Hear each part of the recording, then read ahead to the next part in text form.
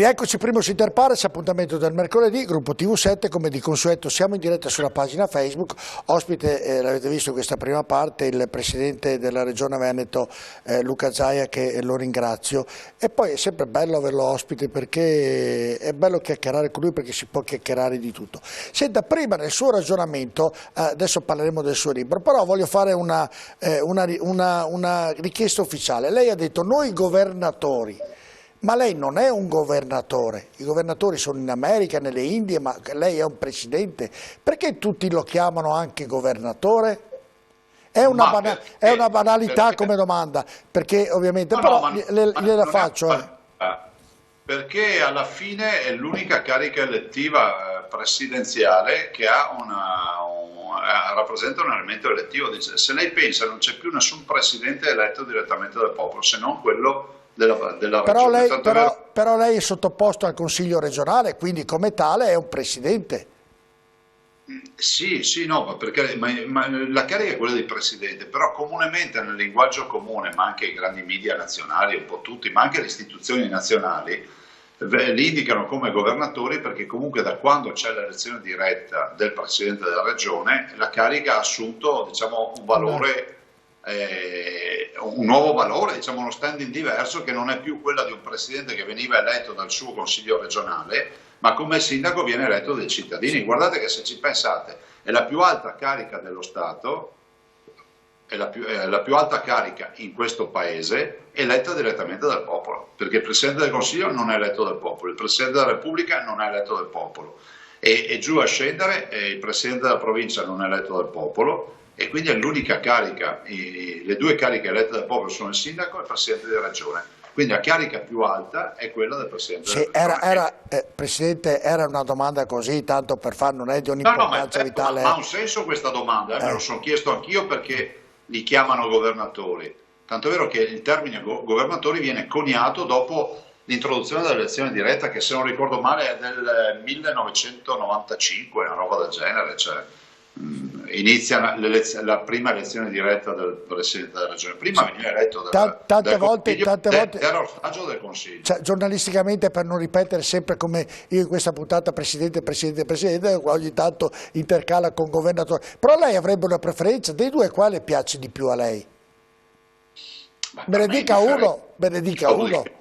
Le dirò che la traduzione in inglese forse governor dà più l'idea di un allineamento con le cariche a livello istituzionale, a livello internazionale, ma è una mia idea, nel senso che ad esempio negli Stati Uniti esiste il governatore, esiste il presidente degli Stati Uniti. Certo. Probabilmente è più comprensibile a un americano questo inquadramento che quello del presidente, perché noi abbiamo presidente dappertutto. Questo è un altro aspetto, no? Lei che ama il dialetto, dirlo in inglese è un po' complicato, il presidente governatore in inglese è più complicato. Senta, come mai le è venuto in mente di fare un libro, Presidente? Dove l'è nata? È nata un'idea sua oppure qualcuno gli ha detto senta Presidente, visto che ha fatto tante belle cose, perché non facciamo anche un libro o non fa un libro? Ma dirò, questo libro nasce da un'idea, no? Cioè io ho raccolto tutta una serie di riflessioni. Tanto non è un libro, non è un diario, ecco, lo si vede anche in sovraimpressione, non è un diario del Covid, non è la cronistoria di quello che è accaduto, ma è una serie di riflessioni. In questa fotografia si nota molto la basetta lunga, Presidente? Sì. La basetta è tanto lunga, va bene così, è una serie di riflessioni attorno al Covid, perché il Covid comunque è un big bang della storia. Queste riflessioni io le ho raccolte strada facendo, le ho messe nero su bianco, mi piace scrivere appunti, e quindi non ho neanche fatto fatica poi a scrivere il libro, è una raccolta di riflessioni, sono 14 capitoli, 204 pagine.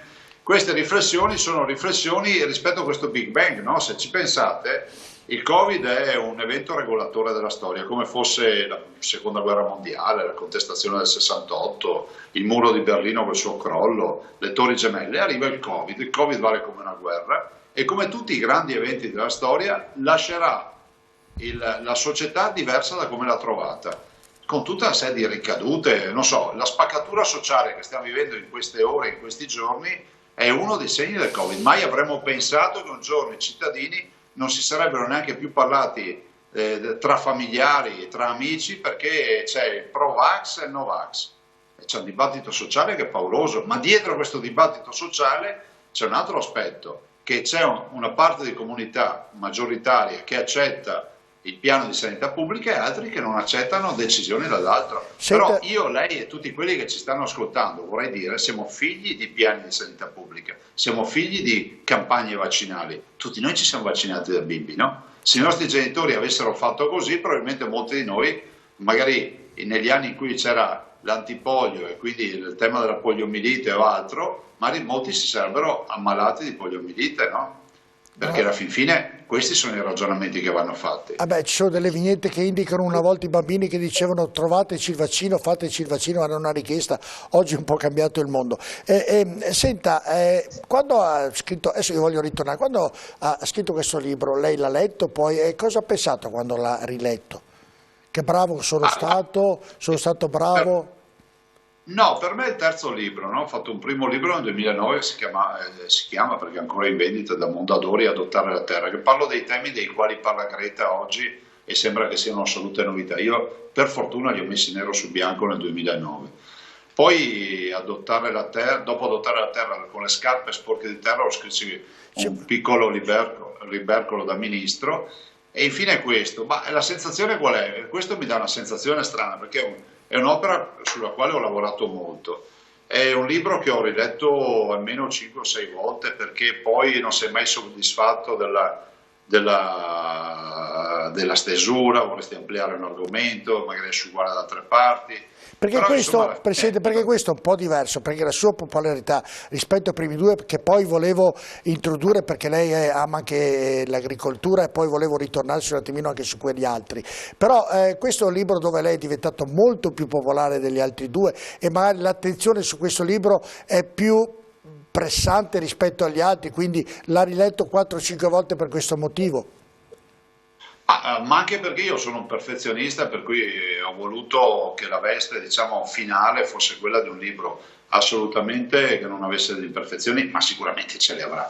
E poi l'altro aspetto di fare in modo che il mio modo di parlare si riconosca nella lettura e posso garantire che c'è perché sono frasi, diciamo, molto poco arzigogolate, quindi poco sviluppate, soggetto verbo predicato, quindi si legge velocemente, non serve stare lì come in alcuni libri che inizi all'inizio della pagina e arrivi a metà pagina per vedere compiuto un periodo. È un libro per tutti, definiamolo così, giusto? È un libro per tutti. È un libro che insomma lo si beve, come si dice, velocemente. Ho degli amici che dicono che ci hanno messo qualche ora a leggerlo. Io dico che, per carità, le mie letture erano più impegnative perché segnavo e sottolineavo, però mediamente io ci ho messo 12-13 ore ad ogni lettura, insomma, ma comunque si legge velocemente. Sì, no, la parte che all'inizio uno se la beve con estrema velocità. Me lo so letto nel digitale proprio per prepararmi per questa puntata. Lei nei punti ovviamente del Covid che ha fatto riferimento, ovviamente c'è un'ampia parte e ne abbiamo già parlato. Invece quando ha deciso che avrebbe dedicato la vita nella politica? Quando l'ha deciso questo? Ma per pura casualità, non lo dico ai ragazzi che spesso magari pensano che il mondo non sia più per loro, che tutto sia finito, che non c'è futuro. Guardate, io mi sono candidato, io mi ero appena laureato e mi sono candidato semplicemente perché mio cugino, compagno e convivente in appartamento con me all'università, mi diceva: guarda che nel nostro paese vogliono fare una lista della Lega e non c'è nessuno che vuole andare in lista. Era il 1993. E la gente si vergognava, la gente votava, iniziava a votare Lega, ma si vergognava a farsi vedere da leghista. Roba comprensibile, no? Perché noi eravamo ritenuti quelli fuori di testa, i razzisti e altro, ma la verità è che non era così. Consideri però che io venivo da un'esperienza familiare molto orientata, nel senso che mio padre, essendo meccanico, ha conosciuto tra i primi come comunità la Liga Veneta, visto e considerato che Paolo Gobbo, tra i fondatori della Liga Veneta negli anni 70, era il fornitore ufficiale delle chiavi inglesi, dell'attrezzatura per officine, per cui i primi proseliti e i primi lighisti sono stati proprio i meccanici. Io, essendo figlio di meccanico, insomma, vedevo questi volantini ciclostilati che giravano per casa e quindi non ho avuto difficoltà a candidarmi. Senta, Presidente, in tutto questo suo passaggio, che è stato un passaggio importante per la Regione Veneto, lei ha fatto il ministro, ha fatto come diceva il politico, pensava di essere il Presidente più amato di tutta Italia e della Regione. Cosa ha fatto? Lo ha fatto secondo lei diventare così popolare, ma popolare in un senso positivo, perché lui è riconosciuto da tutti, dai maggiori organi di stampa e da tutti noi, il Presidente di una Regione più applaudito, uso un termine che è anche corretto e piacevole nei suoi confronti, dai suoi cittadini. Secondo lei cos'è che ha fatto questo di lei? Ma io spero che sia stata, come si può dire, la sincerità e l'amore che dimostro per la mia terra, dopodiché mi metto anche nei panni di chi non condivide le mie idee politiche, però ho sempre cercato di non, come si può dire, brandizzare e politicizzare la mia azione amministrativa, cioè mi sento la responsabilità di rappresentare tutti, in particolar modo quelli che non mi hanno votato, perché penso che sia doveroso che un Presidente rappresenti tutti. Anche chi non si sente rappresentato magari, ma a quel punto siamo ai livelli di odio personale, non c'entra più nulla con il bene della comunità, no?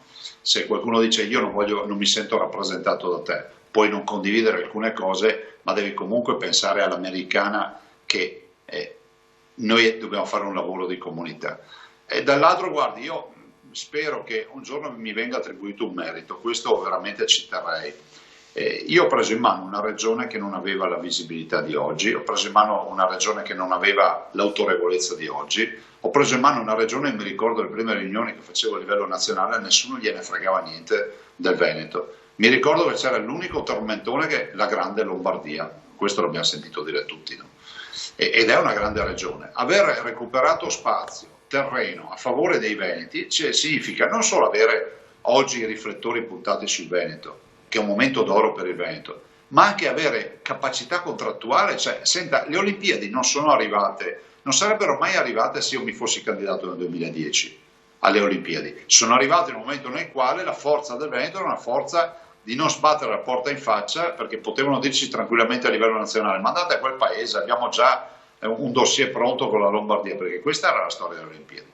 Ma dire di no al Veneto, per quello che vale oggi il Veneto, era difficile, tanto è vero che si è creata per la prima volta nella storia delle Olimpiadi la Olimpiade con doppia sede, Milano-Cortina. E così il progetto di autonomia, l'autorevolezza di quel referendum, che oggi fa parlare a livello nazionale di autonomia. E ancora la sanità per come l'abbiamo gestita, insomma si è parlato in tutto il mondo del modello del Veneto nella gestione del Covid. Certo, allora... no, non è che siamo perfetti, cioè non è che siamo perfetti. No, però è chiaro. L'obiettività mi porta a dire che la credibilità e la reputazione che ha oggi il Veneto non è quella che aveva 10 anni fa. Quindi... Questo me lo dico da solo perché vedo gli effetti di quando andiamo a una riunione e l'autorevolezza con la quale partecipiamo. Certo, Presidente, quindi lei quando va a letto la sera prima di coricarsi o di prendere sonno, se pensa fra sé e sé che dorme poco lei? No, io non dormo, guardi, cioè, lasciamo perdere. Allora, quando si corica a letto che lei rimane sveglio e pensa alla sua vita politica e alla sua vita da Presidente della Regione Veneto, quali sono stati i successi che le hanno dato più, che è stato più gratificato secondo lei qui nella nostra Regione? E come ha già detto le Olimpiadi, la sanità, quali sono stati secondo lei? Ma guardi, io le ho detto prima, secondo me il dato più importante che poi ha ricaduta, ci premia su molti fronti, è quello dell'autorevolezza che il Veneto ha acquisito. Cioè non siamo più la periferia dell'impero. A Roma non si progetta a prescindere dal Veneto, questo sia chiaro. Lo vedete sto cartellone che ho alle mie spalle, no? Io mi sono fatto, cioè sono l'unico fra l'altro che va in TV con questo cartellone, insomma, con questa scenografia. Penso che questi siano i valori del Veneto. Le nostre Dolomiti, patrimonio dell'umanità, le spiagge, 32 milioni di presenze turistiche, Venezia, come vedete in basso, no? E quindi quello che è la città più bella del mondo. Altro patrimonio dell'umanità, le colline del Prosecco e molto altro ancora. Siamo la regione più turistica d'Italia, ma non lo dicevamo con orgoglio. Siamo coloro che comunque hanno 600.000 imprese e in Veneto si produce tutto. Siamo i numeri uno nella produzione, abbiamo dei cittadini eccezionali, dei lavoratori eccezionali, degli imprenditori eccezionali. Queste robe vanno dette. E quindi Questo è il primo risultato. Poi sì, il referendum dell'autonomia, guardate, questo paese diventerà un paese che adotterà l'autonomia, questo è merito dei veneti e del loro referendum. Peraltro ad oggi sono 1500 giorni dal referendum. E poi il tema delle Olimpiadi, che non è proprio una partita da poco. Cioè, vi ricordo solo che noi portiamo a casa le Olimpiadi invernali dopo 70 anni, 56, 2026 sono 70 anni, Cortina, ma le portiamo a casa vincendo contro la Svezia, che quel giorno a Losanna è venuta e la delegazione era capitanata dalla regina, dalla principessa di Svezia. E la Svezia era l'8ª volta che si candidava alle Olimpiadi invernali, non portandole a casa.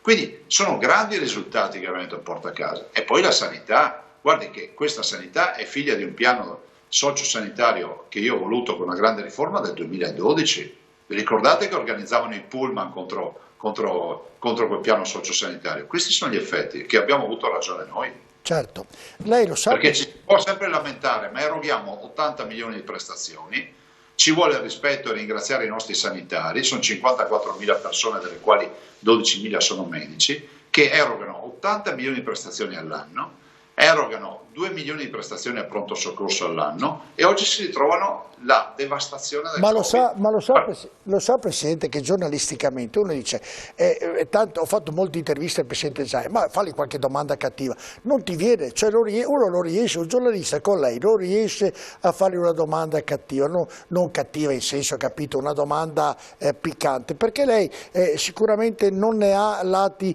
ovviamente se uno vuole cercare proprio il pelo sull'uovo dice ha fatto referendum 5 anni fa sull'autonomia, non ha ancora ottenuto risultato, eccolo, se vogliamo vedere sotto questo, ma il resto ovviamente è tutto molto positivo nei suoi confronti. Ma parliamone pure del referendum, 5 anni, 4 governi, 5 anni, 22 mesi di Covid, quindi 2 anni li abbiamo persi.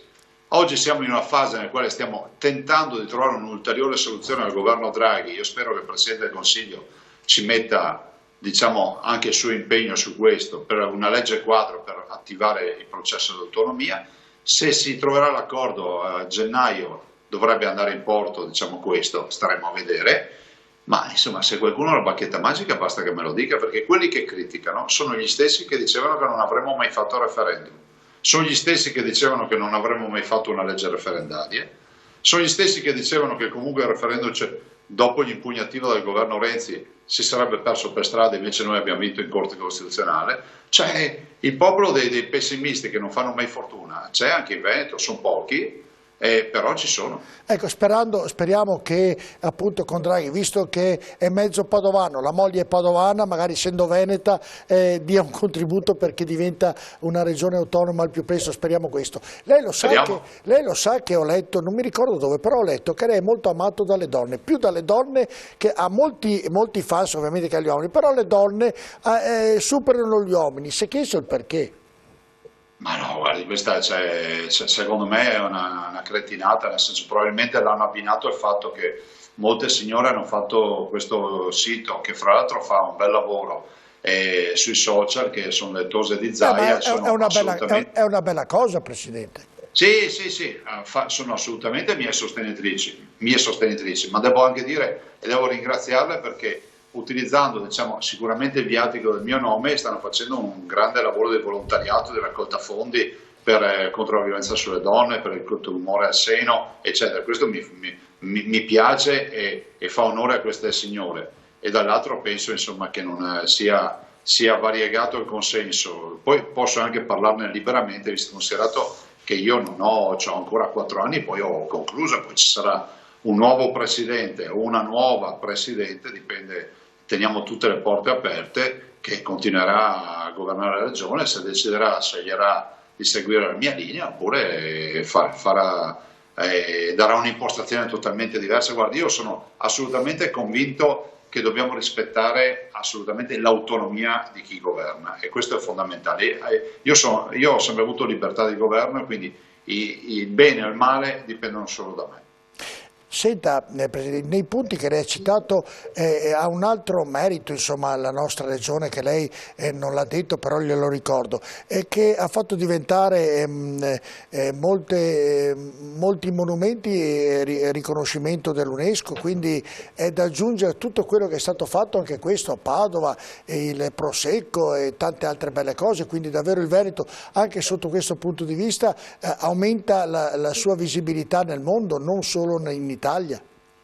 Beh, guardi, le do solo un dato a proposito, questo fa parte dell'Urbs Picta di Padova, però le dico questo, le dico che le do un dato relativo al Prosecco, che è un dossier che io ho seguito per 10 anni, e il Prosecco ha oggi 250.000 visitatori, turisti, è la prima destinazione per crescita in Veneto, e ha una prospettiva a 10 anni di 1,5 milioni. Abbiamo visto cosa è accaduto nelle Langhe con lo stesso processo, cioè il turismo internazionale vede i territori da visitare in base a questa classificazione che ha un certificato di estrema e unica qualità, cioè patrimonio dell'umanità, vuol dire che non sei più casa tua, ma tu hai la responsabilità di gestire qualcosa per l'umanità, quindi è una roba grande, cioè i nostri siti UNESCO del Veneto sono assieme alle cascate del Niagara, alle piramidi d'Egitto, ai Grand Canyon, insomma ai grandi monumenti del mondo.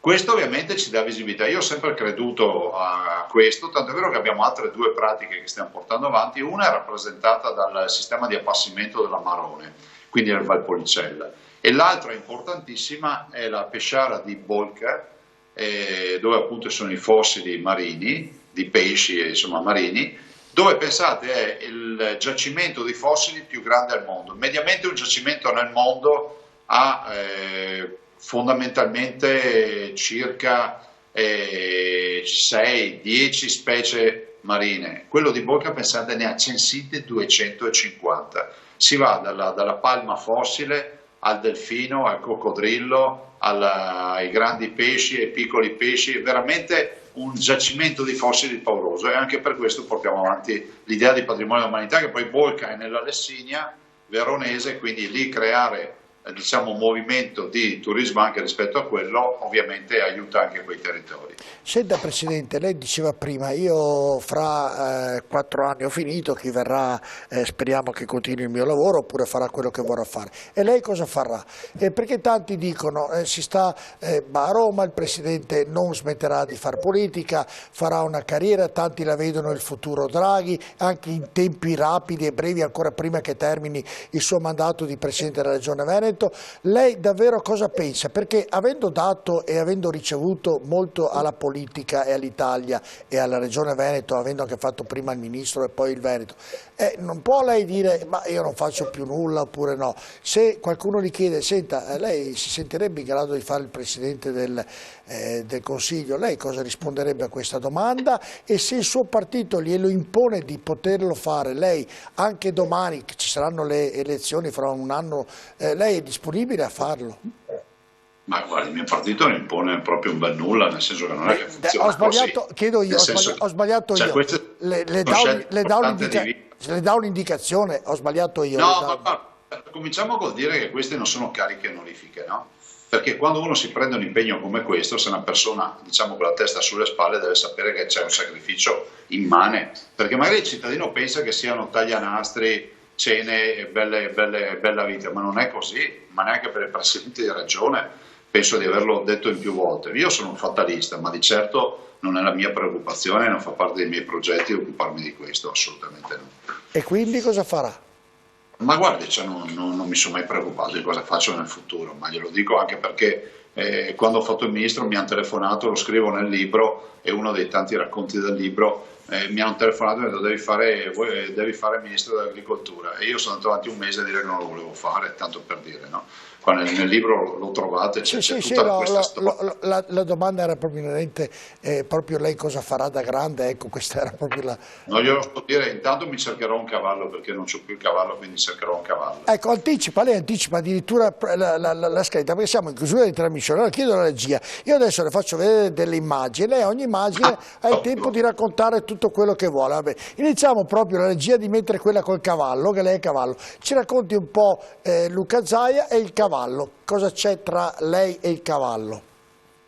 Beh, c'è un legame indissolubile, che è un essere vivente che ha sempre accompagnato la mia vita, visto e considerato che in casa abbiamo sempre avuto cavalli. E mio nonno era della cavalleria, questi cavalli, questo è un cavallo fra l'altro che ho montato quest'anno in Fiera Verona, uno stallone andaluso spagnolo. Ed è quindi una passione che ho sempre avuto. Adesso purtroppo l'ultimo cavallo è morto di colica a 32 anni a novembre del 2019, per cui sono senza cavallo, ma noi abbiamo sempre avuto cavalli in Si casa. ricorda che... Io avevo cavalli di questa razza. Si ricorda che inizialmente, quando lo intervistai una delle prime volte, era nata una polemica con un cavallo, non la ricordo più bene, però mi ricordo che qualcuno le aveva rotto le scatole proprio per il cavallo, non mi ricordo perché sapevo che Sì, ma guardi, me lo lasci dire, quella è una polemica imbecille, ma di una cretinaggine unica. Cioè, da ministro vado a una serata degli allevatori dei cavalli e questi mi fanno la consegna di un cavallo figlio di Varenne, un puledro, decisamente un puledro scartato perché non era un puledro che vinceva, tanto è vero che è scomparso. Io ho fatto il gesto della foto della consegna e l'ho lasciato lì, ovviamente, non è che me lo sono portato a casa. Cioè, mi ricordo, ho detto donatelo a un'associazione magari di disabili che hanno bisogno per fare ipoterapia. Basta, il cavallo più visto, io l'ho visto penso 5 minuti. Qualcuno è riuscito a dire che il cavallo che avevo a casa era questo, fra l'altro anche facendo un errore clamoroso dal punto di vista proprio tecnico, perché quello era un cavallo da trotto e quindi non sono cavalli sui quali ci metti la sella, no? certo. Cosa No, vuole? Perdiamo tempo per polemiche. No, lo so, mi sono ricordato, Presidente, nel vedere una cavallo appunto di un'intervista che ne feci molto tempo fa, che si era arrabbiato moltissimo per questo episodio. È una roba inventata, è una roba vergognosa, fra l'altro. Certo. Poi le faccio vedere la seconda, lei e il trattore. Eccolo qua, guardi che trattore moderno, che trattore moderno. Questo non è moderno, Landini testa calda, questo ha fatto grandi la nostra agricoltura, queste macchine qui, cioè questa è stata la prima esempio di meccanizzazione dell'agricoltura bene. Però lo sa, mi scusi Presidente se la interrompo, sia a cavallo sia col trattore, si vede, vabbè, non lo fa per farsi pubblicità, lo fa proprio perché le piace, proprio si vede che le piace proprio. Sì. Ma perché guardi, direttore, il trattore è un'altra costante di vita, perché io vengo da un paese agricolo. Tutti i bambini a 5-6 anni cominciavano a guidare il trattore per i contadini. I miei non erano agricoltori, ma i nonni sì, per cui il trattore era lo sport, diciamo, dei bimbi. E dall'altro poi il trattore per me c'è un altro legame, perché mio padre, avendo l'officina, riparava trattori e io riparavo trattori facendo le stagioni, l'estate in officina nella pausa scolastica, e io quindi ho smontato spesso questi trattori, anche quello che vede l'ho smontato. Adesso le faccio vedere una cosa che davvero io lì per me ha fatto finta ed è orribile. Adesso gliela faccio vedere con l'audio, andiamo pure col prossimo, chiedo la regia.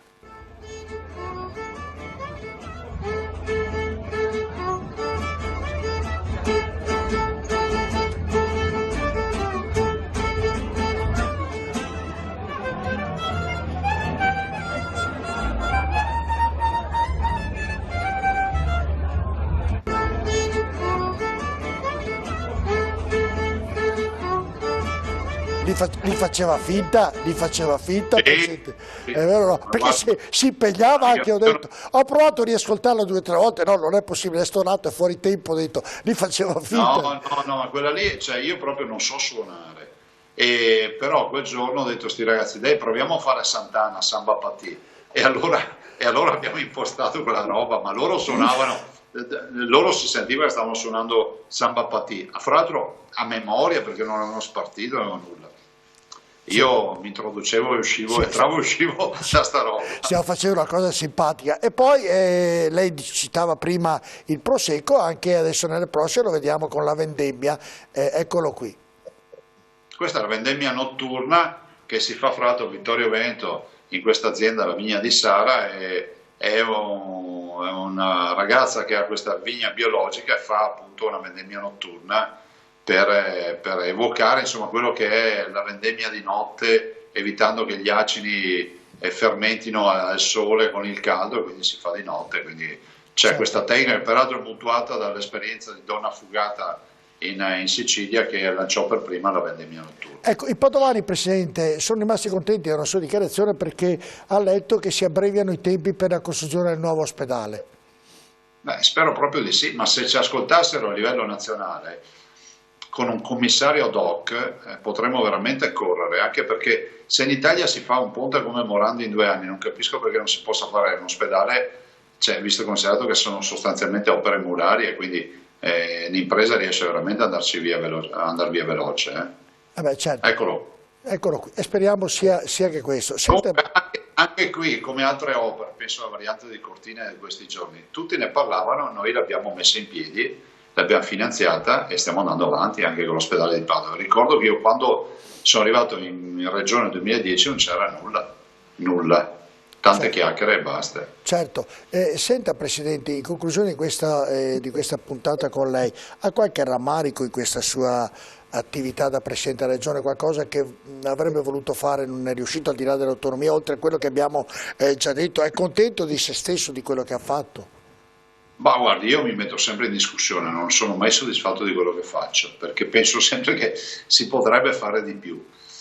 Dopodiché saranno i cittadini a valutare. Io non ho il dono dell'infallibilità, sicuramente alcune cose le faccio giuste e altre sbagliate, però le faccio sempre col cuore, questo è poco ma sicuro. Ecco, e lei non c'ho interessi, e questo lo posso dire guardando negli occhi delle persone. Non mi sono mai prestato a porcherie, addirittura all'inizio del mio mandato nel 2010 si diceva ma vi ricordo gli attacchi sui giornali, Zaia sta chiudendo la regione, Zaia non dialoga con nessuno, però alla fine ebbi ragione io, perché poi nel 2014 è arrivato Mose, è arrivata una mega inchiesta, 105 avvisi di garanzia, penso che il modo di dialogare fosse tutt'altro, e quindi penso che l'impostazione di aver dato sia un'impostazione che comunque tornerà utile a tutti noi veneti. Tutte le brave persone, quelle che e lei sicuramente lo è, sono invidiate. Secondo lei è invidiato?